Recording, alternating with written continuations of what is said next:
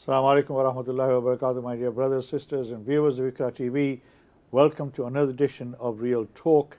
My name is Iqbal Bana, and as you know, I've been coming into your homes for quite some time now, every week trying to bring some people of interesting sort of backgrounds and stories to tell, and people who have made a significant contribution to the way of life in our country, in our communities. So, we talk about all sorts of subjects. Today I have a very, very eminent guest who has very kindly agreed to join me.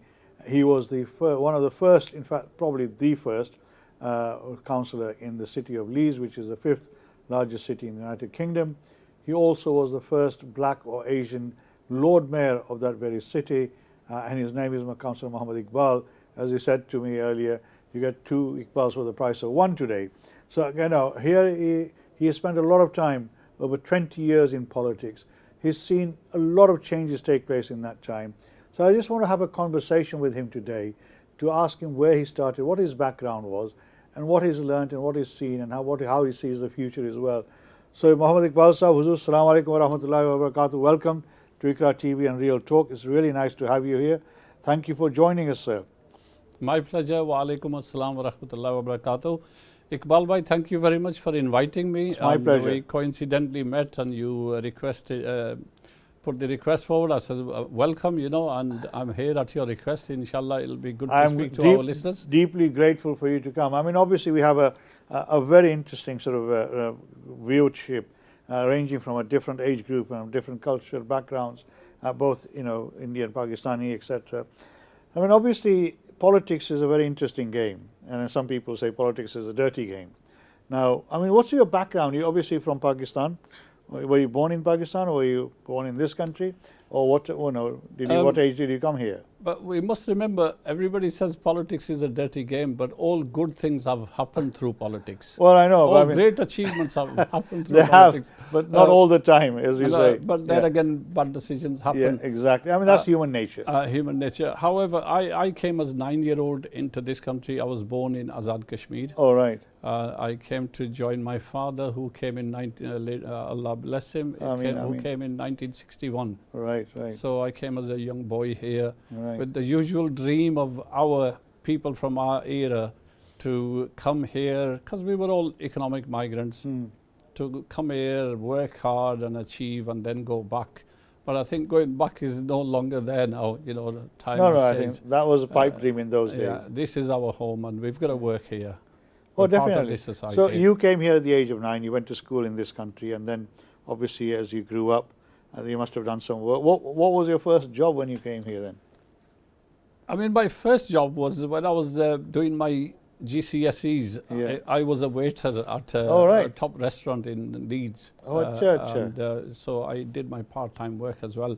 But I went in self-employment straight away. We went in properties because my older brother was into properties. Right. So I just followed his footsteps. But initially I wanted to do medicine. Right. But my father had to go back to Pakistan to look after grandparents, and then soon I got a bit over-ambitious and wanted to create wealth and started working hard. We all want to do that, yes. That's not a bad ambition to have, as long as you do it properly, see, and obviously you did. So, when you were the first Asian or black Lord Mayor of Leeds, the 5th largest city in the United Kingdom, in this country, and obviously you are probably the longest serving councillor, but what interested you in getting into politics? What was it that you felt, I need to do something, I need to get involved in politics? Very interesting. I wasn't a career politician, to be honest. Right. It was just by coincidence. Initially, I was ambitious, full of energy, contacts, but that community element, spirit of helping people was in me already, because when I came, the elders used to come to me for filling forms in and going to hospitals, doctors, solicitors, etc. So I used to help a lot of people. Now, so helping people was part of me, but it was never nurtured. And then at the later age, because I took a year out from college thinking I'll go back to education again, but I never got a chance to go back and kept on working.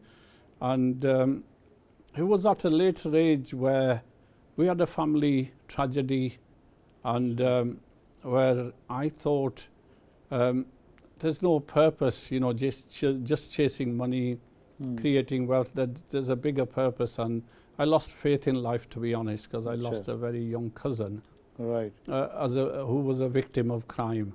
Sure.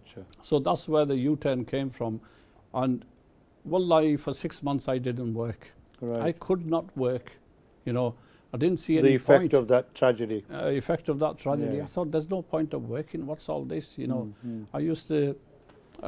It was an extended trauma, and I used to see people running around bus stops, you know, chasing, and I used to think, you know, they must be mad. They don't know what I've seen, and that period was the turning point of what changed my sort of lifestyle, and I thought I need to do something for society, genuinely.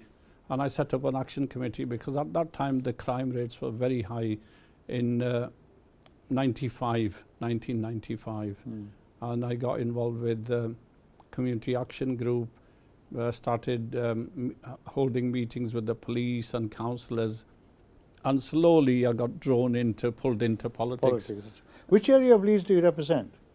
At the moment I represent, it's been changing. We've had 2 boundary changes, and it's called Hunslet and Riverside. Right. In Leeds, so it's got parts of Beeston, parts of Hunslet, and parts of city centre. So the Beeston has got a large Asian population. It has, yeah. Have the other parts got Asian population? Or? City centre is more transient community, Right. young people. Hunslet is predominantly white, and Right. Beeston Hill is mixed community. So most of the Asian community is Beeston Hill. Yeah. And I was the campaign coordinator for Fabian Hamilton, the right. Member of Parliament. I know Fabian quite well. I've seen him for a long time. Sure. And we became friends, and he's the one who actually encouraged me. He said, Mohammed, you would make a good councillor. Right. And his friend was Derek Fatchett. You will know him from Wakefield. He used to live in Wakefield, but he was the MP for Leeds Central. And both of them sort of pushed me into politics. And in 1999, I got elected to become a councillor. I knew Fabian when he was a councillor in Leeds. Wortley, yes. Yeah, in Leeds. And he was chair of the race committee. So I've known Fabian for a long time. I've not seen him. A man that I have a tremendous amount of respect for. He's a very, very kind and generous man. So I can understand why he encouraged you to get into politics. So obviously Fabian was like a mentor to you then. Absolutely. Yeah. And the purpose of coming into politics was, you know, crime. My main passion was crime. Right. So I got involved with politics and became champion of community safety, and then went further on. I've had various responsibilities in the past. You know, I sit on adult health scrutiny board and active lifestyle scrutiny board. So we have hospitals coming in, and we scrutinise their services, the services they provide, and other, you know, departments. So I've held various positions over the years. I mean, over the years, how long have you been a councillor now? 23 years now. 23 years, mashallah, 23 years. subhanallah. 99. That's a long service award. You My God, some of the kids when I went in the area, they used to be 2-year-old, and now they're married with children, you know, time flies. I know, but how do you cope with the demand from the public, you know, whose expectations, particularly in our community, councillor ban gaye, bhai, hamara kaam ho jayega. They have this notion in our community that because you got that position as a councillor, you'll be able to unlock a lot of the blockages in the system. How do you, that's one of the reasons I never got into politics myself. Many times people have asked me to get into politics, but I refused to do that because I wasn't sure how I could cope with the demand from the public. How did you, I'm sure there must have been a lot of issues that you found very difficult to deal with, and people don't understand some of the restrictions that are placed upon you. Well, naturally there's a high expectation when you see somebody of your own kind or you know somebody, you automatically, and it's part of our culture as well, to have high expectations, and sometimes that's very negative, you know, because we have to follow rules and process and procedures, and the expectations are very high. One gentleman says to me, and he was trying to do something very impossible, and I said, you know, we cannot, that thing will not happen, your application of that nature will not happen at this place. And his perception was, yaar, what is impossible? Wo kaam kya hai jo ho nahi sakta? You know, that Pakistani, hamari jo Asian mentality hai. Yes. So sometimes it's very challenging and you have to be very patient and explain. Sometimes people obviously when they want something they don't want to hear no. Yeah. So you have to do your best. But ये होता है कि when I initially became a councillor, it's a different lifestyle. When you go into politics, it's a different world. You know, you're like a robot machine 24 hours. And slowly it becomes part of your lifestyle. You get used to it. You know, your own personal work, family affairs are secondary, and your public service becomes priority. Obviously, you're a married man with children. Now, how do your family cope with that? Because I know once you join the council and you become a politician, I mean, half your life is gone. Absolutely. All right. I feel that there has been some neglect in family life because politics does take a lot of time. And I could have done with spending more time at home with family. There is that regret, but I think what I've done, alhamdulillah, through politics, maybe I wouldn't have achieved that through business or self-employment. So I'm really proud of what I've been able to do. Are the other members of your family involved in politics, or they've seen your role and decided this is not for us? No, nobody else is in my family before or after, although I've asked all the youngsters, kids, nephews, nieces, my own children to come in politics, and they said, no, we're not interested. But however, I've been able to inspire a lot of other people to become councillors in Leeds. I've helped everybody, even in Wakefield. Usman is a shining example. Councillor Usman. Councillor Usman Ali, whom I've inspired to join politics. And he has that community element in him. So I've been instrumental because there was a time when I was the only Muslim councillor in Leeds.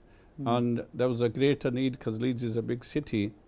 There's Muslims in Armley, Hare Hills, Chaplallerton, Beeston, and I've got that thing, I can't say no to anybody. Right. So that's where I felt that we need a councillor for each area, so I always supported somebody in different areas from our community. Obviously Leeds now have got quite a few Muslim councillors on the council.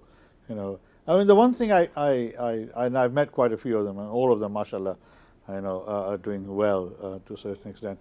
But I mean, you are constrained by your party politics and the structure of the party, aren't you? I mean, if you're a Tory, you follow the Tory party line. If you're a Labour member of Parliament, you follow, or council, or a Parliament, you follow the Labour party, and whichever party you are. Do you find that sometimes what your party wants to do conflicts with what you as a Muslim would like to do? And how do you cope with, because I found that very difficult. How do you cope with that mechanism, that issue? Yeah, one of the fundamental questions of joining politics and applying to become a councillor, I don't know the procedure for Conservatives, but Labour's is, are you going to obey the whip? And the whip is following the ruling parties or Labour group's policy and procedures. And yes, you have to abide with that, but I will never compromise on my faith, and I made that clear. And I don't think we've had anything as contentious where you have to compromise your faith and your belief and your iman. But generally you have to toe the party line on policies and decisions where majority of councillors agree with something and pass a policy. You have to go along with it. But I must say, you know, it's all about, I mean, we had the Islamophobia conference on Saturday. On the weekend, yes. It's all about getting involved, you know, talking, awareness, because there's a lot of ignorance and stigma where people have not seen, and there's that fear that is used against Muslims. And once you start working, people realize you're part of that society. And alhamdulillah, we've been able to implement so many improvements in certain areas. We've got masjids. We've been able to obtain planning permission for all the masjids in all the areas of Leeds, which is, I think, a great achievement. So I've not come across any point where there was a compromise on faith, and I would not compromise on faith. Alhamdulillah. I'm glad to hear, hear that's that. Personal, you know. Yeah, I mean, that's a personal that's commitment beyond of every yours. other aspiration of life achievement. Right. I mean, you mentioned the Islamophobia conference of the weekend, which was the Yorkshire Islamophobia conference, which you and I both attended, which is quite an eye-opener for many people out there, and it's something that I think more of that needs to be done. And obviously, in that 20-odd years that you have been a councillor, have you seen, not have you must have seen a lot of changes taking place. And one of the things is Islamophobia. I mean, 20 years ago, Islamophobia was not a word, it was just emerged, because the first report came out in 1997. So it has just emerged. But have you seen over the last 20 or so years, personally in your work as a councillor, the increased Islamophobia affecting your day-to-day work as a councillor? I think as a councillor, because we're part of a council, in a way we run the city council in Leeds, it's always mostly been Labour controlled. So you can't detect it. You're treated different as a councillor because you've got that title, authority. But I know it exists. It's hard to detect. I know Muslim children are having difficulty obtaining jobs, whereas people with similar qualifications will get better jobs. And it clearly exists in every sphere of life, even within Leeds City Council departments. But personally, I don't get treated like that because I'm a councillor. But I've seen it happen. There is so much institutional racism, and a lot has to be done. But I think involvement, engagement, and taking strategic roles does make a difference, a big difference, because if you have a head of a school from Muslim background, obviously his mindset will be different. So if we get involved in the mainstream jobs and get involved, like I was in the police, you can actually make a difference in the society and improve, the better understanding of Muslim community. And you're in a position to deliver more for the Muslim community on equality basis. Well, that's an interesting point. I mean, we'll come back to that. I mean, we're going to go for a break.